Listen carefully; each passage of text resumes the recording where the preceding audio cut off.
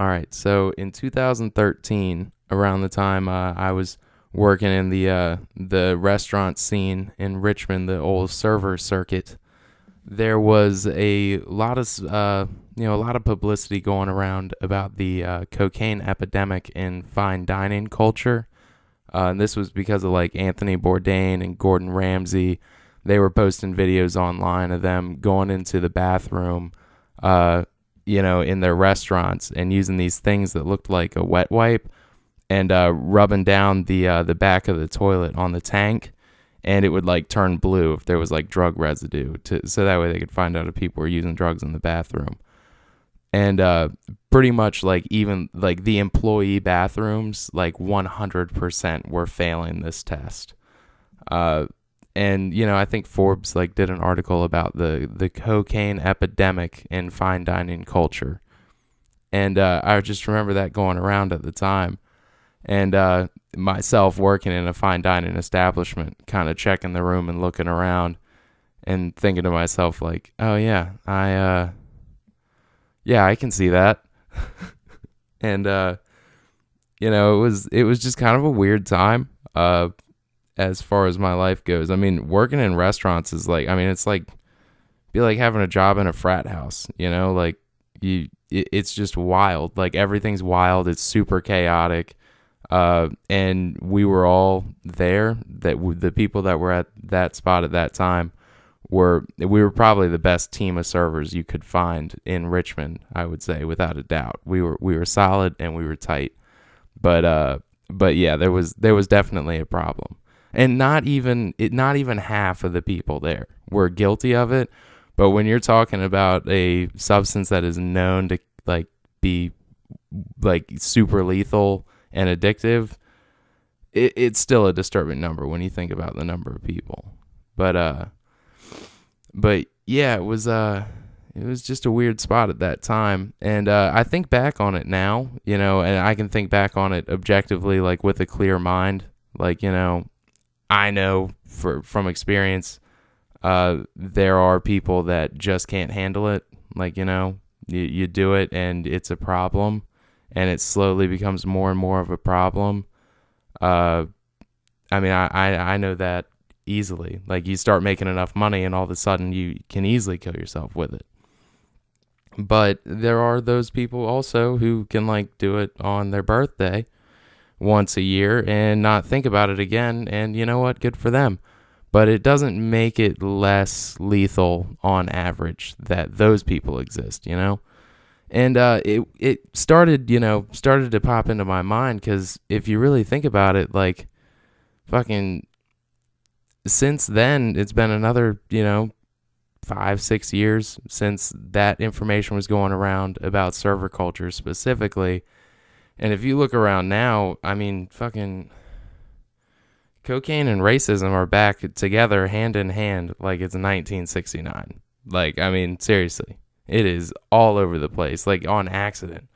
Like, I think probably in the last month, I'm a person who like I've been sober for like over a year, and people are offering me cocaine like twice in the last month. That is insane.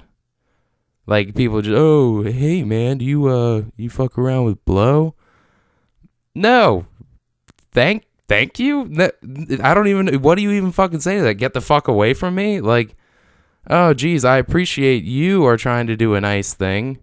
Like, to you, this is like the ultimate nice thing. Is it because I've got a big personality? Is it because I talk like an asshole?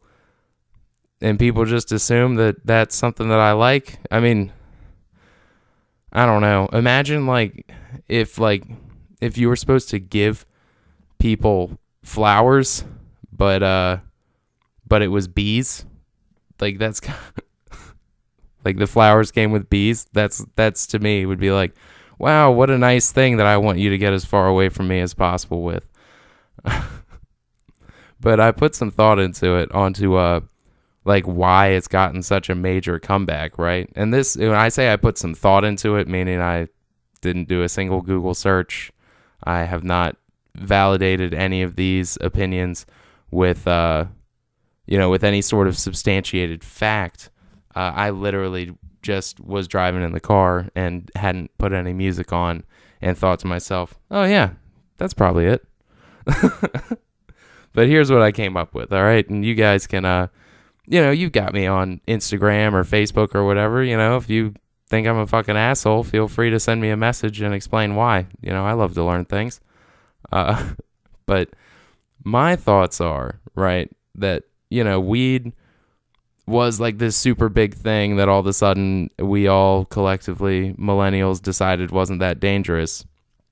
And so then, over supposedly like 60% of the population is like smoking weed, and then like another 10% is cool with it, but they don't smoke. And so then you've got, a whole bunch of people out there that it just became like open season. Everybody wanted to be Scarface all of a sudden. Everybody was a weed dealer. Like, do you guys remember that? Like 2012 to 2014, where like literally everyone was a weed dealer. And then to make it worse, like, yeah, I mean, it's still kind of like that, except for now, like, people just order the shit online. So it's like cheaper than ever. It's better than ever. And now people aren't making any money off of it. I mean, there's no way they are. Like, for the price that it's selling for, there is no way these guys are making money off of it. And that's cool. Like, if you're a student that wants to smoke for free, or like you've got a decent job, but you also, just don't want to have to spend that money on pot when you can make a little bit on it, you can sell it for cheap, and that's fine. But if you are a career pot dealer, one of those pre-2012 pot dealers, those guys, they didn't want to go get real jobs. Of course not. They've had the coolest job ever for a really long time. Like, you ever seen Pineapple Express? Like, he's in this dude's house, and he's explaining his job to the drug dealer, and the drug dealer's like, "Whoa, that sounds like the chillest job ever, man." And like, that whole joke, it's a great joke, but yeah, I mean, that's real life though. That they got the easiest job on earth. They're not suited for regular career work. They found the way for dumb people to open their own business. And for that reason, they still want to stay in business. So what do you think they sell now? What do you think they probably took like one little step up the ladder? Because I tell you what, nobody wants to take acid like, every day after work. I can tell you that for certain. Like, people, like heroin addicts, they don't function long enough to remain viable clientele. No. Instead, these guys started selling fucking cocaine. And now it is everywhere. It is back. It is back with a vengeance. It is everywhere. And I had a couple little jokes.